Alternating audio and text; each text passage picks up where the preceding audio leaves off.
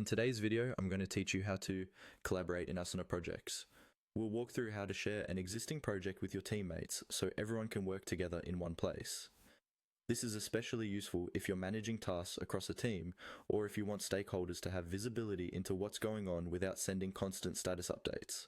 First, open Asana and select the project you want to collaborate on. You can do this from the left-hand sidebar where your projects are listed, or from your home or favorites section if you've pinned it.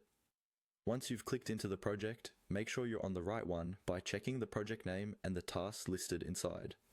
It's always a good idea to confirm this before sharing access, especially if you manage multiple similar projects. With your project open, look toward the top of the screen for the share option. This is usually near the project title. Click on Share to open the sharing panel. This is where you control who can see the project and participate in it. Think of this panel as your main hub for collaboration settings. Now, if you want to invite someone directly, type their email address into the field provided. As you type, Asana may suggest people who are already part of your workspace or organization. Choose the correct person, then click on Invite. They'll receive an email or in-app notification letting them know they've been added to the project. This is great when you know exactly who should be in the project and want to keep things organized and controlled.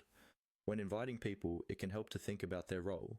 For example, core team members may need full access to tasks and comments, while others might just need to follow along. After inviting, you can always review or adjust their permissions in the project settings if needed. Alternatively, you can share the project using a link. In the same Share menu, look for the option that says Copy Project Link. Click on this, and Asana will copy a unique link to your clipboard. You can then paste this link into an email, chat message, or any internal communication tool your team uses. This method is quicker if you're inviting several people at once or if you're not sure of everyone's email address ahead of time, as long as your organization's settings allow access via link. And that's it. By